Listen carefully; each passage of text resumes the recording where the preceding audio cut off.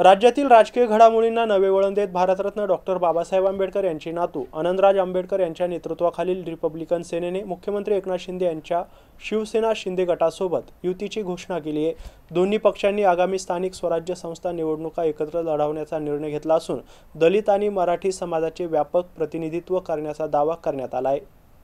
Republican सेनेचा मुख्य भर हा दलित समाजाच्या हक्कासाठी लढण्यावर असतो, तर दुसरीकडे शिंदे गट मराठी माणसांच्या प्रश्नावर आधारित राजकारण करतो। त्यामुळे दोनही पक्षांनी सामाजिक समरसता आणि विकास या मुद्द्यावर एकत्र येण्याचा निर्णय घेतला आहे। डॉक्टर बाबासाहेब आंबेडकर यांचे विचार समाजात पोहोचवण्यासाठी आम्ही प्रयत्नशील आहोत। शिवसेना शिंदे गटाशी युती करून आम्ही सामाजिक न्याय आणि विकासाच्या दृष्टीने एक नवे पर्व सुरू करत आहोत। ही युती म्हणजे एक तात्पुरती राजकीय संधी नाही, तर विचारांवर आधारित कृती असल्याचं एकनाथ शिंदे यांनी म्हटलंय। या युतीमुळे महाराष्ट्रातील विविध महानगरपालिका, जिल्हा परिषद आणि नगर परिषद निवडणुकींमध्ये दलित मराठी मतांचे ध्रुवीकरण होण्याची शक्यता आहे। विशेषतः मराठवाडा, विदर्भ आणि उत्तर महाराष्ट्रात ही आघाडी महत्त्वाची ठरू शकते।